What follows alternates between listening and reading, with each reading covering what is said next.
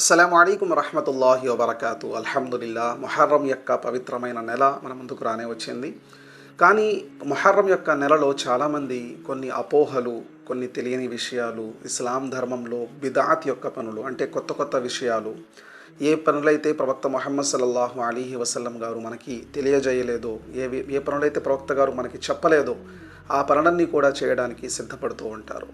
నా ప్రేమ సోదర మహాశివులారా, ముందుగా మీరు గమనించాల్సిన విషయం ఏమిటి అంటే, మొహర్రం నెల అనేది మన ఇస్లాం ధర్మంలో ఇస్లాం క్యాలెండర్ ప్రకారంగా మొట్టమొదటి నెల, అనగా సంవత్సరం ప్రారంభం యొక్క నెల. మరి సంవత్సరం ప్రారంభం యొక్క నెలలోనే ఈ యొక్క నెల మాకు మంచిది కాదు, ఈ యొక్క నెలలో మేము పెళ్ళిళ్ళు చేసుకోము, ఈ యొక్క నెలలో మేము కొత్త బట్టలు వేసుకోము, ఈ యొక్క నెలలో పూలు పెట్టుకోము, లేదంటే ఎక్కడన్నా బయటికి వెళ్ళడానికి ఎలా అయితే సిద్ధమవుతూ ఉంటామో అలా మేము సిద్ధమవ్వము, చాలా బాధగా గడుపుతాము, చాలా చింతతో గడుపుతాము అని చెప్పి ఎవరైతే కొత్త కొత్త విషయాలు ఇస్లాం ధర్మంలో తీసుకువస్తున్నారో అలాంటి వారు గమనించాలి. మీరు ఇలా చేయడానికి కొన్ని కారణాలు ఉన్నాయి, వాటిని కూడా నేను అంగీకరించగలను. కాకపోతే మరీ అంత బాధాకరమైన విషయాలు కాదు ఏదైతే ఈరోజు మనం చేస్తున్నామో. ఒక మాట ఇక్కడ మనం గమనించుకుంటే, హజరతే హసన్ ఔర్ హుసేన్ రజియల్లాహు అన్హుమా గారు ఎవరైతే ఉన్నారో సహాబాలు, ఈ యొక్క సహాబాలు ప్రవక్త గారి యొక్క మనవాళ్ళు. ప్రవక్త గారి యొక్క మనవాళ్ళు ఈ యొక్క నెలలో చనిపోయారు అని చెప్పి, ఈ యొక్క నెలలో ప్రాణత్యాగం చేశారు అని చెప్పి మనం ఈ యొక్క నెలని ఇలా భావిస్తూ ఉంటాము, ఇలా గడుపుతూ ఉంటాము.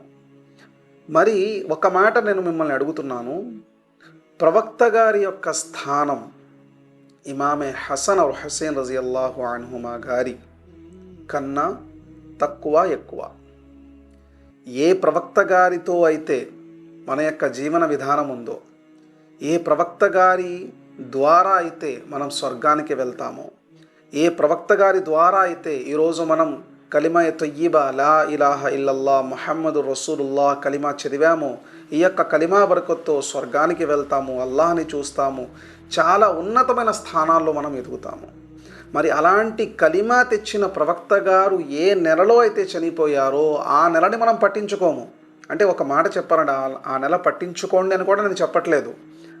కానీ ఆయన మనవళ్ళు అయిన హజరత్ హసన్ ఔర్ హుసేన్ రజియల్లాహు అన్హుమా గారు ఏదైతే ఈ యొక్క నెలలో షహీద్ చెందారో, ప్రాణత్యాగం చేశారో, దానిపై మనం ఎక్కువగా బాధ్యతలు తీసుకుంటాము.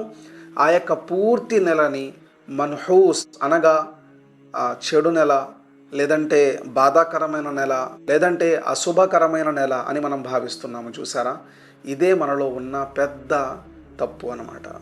దయచేసి గమనించండి, హజరతే హసన్ ఔర్ హుసేన్ రజియల్లాహు అన్హుమా గారు ఏదైతే చనిపోయారో అది మీకు బాధ, నాకు కూడా బాధే, అందరూ ఇస్లాం ధర్మంలో ప్రతి ఒక్క ధార్మిక పండితులకు బాధే. కానీ దాన్ని ప్రత్యేకంగా తీసుకోవడం, ఇలా ఆ నెలంతా కూడా బాధగా గడపాలి అనుకోవడం, ఆ నెలలో కొత్త బట్టలు వేసుకోకపోవడం, భార్యాభర్తలైతే కొత్తగా పెళ్ళైన భార్యాభర్తలైతే ఒకరి ముఖం ఒకరు చూసుకోకూడదు అనుకోవడం, లేదంటే భార్యాభర్తలు కలవకూడదు అనుకోవడం, సంతోషంగా గడపకూడదు అనుకోవడం, లేదంటే మాంసాహారం భుజించకూడదు అనుకోవడం, చాలా విషయాలు మన ముందుకు వస్తూ ఉంటాయి. కొంతమంది అంటూ ఉంటారు, గురువుగారు మరి మొహర్రం నెల వచ్చింది, మేము మంచం పైన పడుకోము, మంచం కింద పడుకుంటాము, మేము చెప్పులు వేసుకోము, నల్ల బట్టలు మాత్రమే వేసుకుంటాము, మా ఇంట్లో అంతా కూడా బాధగా గడుపుతాము.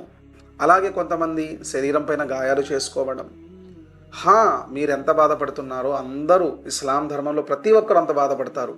కానీ దీన్ని ప్రత్యేకంగా చేయటం ఇది ఇస్లాం ధర్మంలో లేని విషయం. దయచేసి ప్రతి ఒక్కరు గమనించాలి.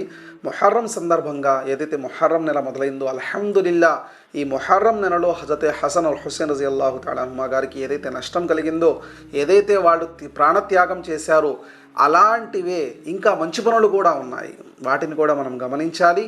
అలాగే అల్లాహు తఆలా మనకి ఏదైతే నిబంధనలు మనకి తెలియజేశారో దాని ప్రకారంగా మన యొక్క జీవన విధానాన్ని సాగించాలి. ఇదే మొహర్రం యొక్క నెలలో ఫిరౌన్ నుండి ప్రవక్త మూసా అలైహిస్సలాం గారు సంతోషంగా ఆయన యొక్క సైన్యాన్ని తీసుకొని బయటికి రాగలిగారు. మరి ఇది సంతోషకరమైన విషయం కాదా? ఇలా మనం చూసుకుంటే చరిత్రలో చాలా విషయాలు ఉన్నాయి. కానీ మనం పర్టిక్యులర్‌గా ఒకే విషయాన్ని పట్టుకొని ఇదే అంటే గనక ప్రత్యేకంగా అది మనకి అదే అవుతుంది. అందుకని దయచేసి గమనించండి. ఏదైతే ఈరోజు మనం పద్ధతులు పాటిస్తున్నామో అవన్నీ కూడా షరియాత్ ప్రకారంగా చూసుకోవాలి. షరియత్ ప్రకారంగా ప్రవక్త గారు మనకి తెలియజేశారా లేదా? ఖురాన్‌లో దీని గురించి ఉందా లేదా? వీటిని గురించి మనం గమనించుకొని అప్పుడు మన యొక్క జీవన విధానాన్ని సాగిస్తే దాని వలన మనం లాభం పొందుతాము. కానీ ఇలాంటి అపోహలు తీసుకువచ్చి ఇస్లాంలో లేని విషయాలు తీసుకురావడం వలన దీని వలన మనం కొంచెం కూడా పుణ్యం సంపాదించుకునేది కాదు కదా. ఇంకా ఎదుటి వాళ్ళకి దీనిపైన ఆసక్తి చూపించడం వలన ఎదుటివారు అనుకుంటూ ఉంటారు, ఆహా, ఇస్లాంలో ఈ విషయాలు కూడా ఉన్నాయేమో, ఇవి మేము కూడా పాటించాలేమో అని చెప్పి చేయని వారు కూడా చేయడానికి సిద్ధపడుతూ ఉంటారు. దయచేసి ఈ యొక్క విషయాన్ని తప్పకుండా ఆలకించండి, గమనించండి. దీని గురించి తెలియని వారికి తెలియజేయడానికి ప్రయత్నం చేయండి.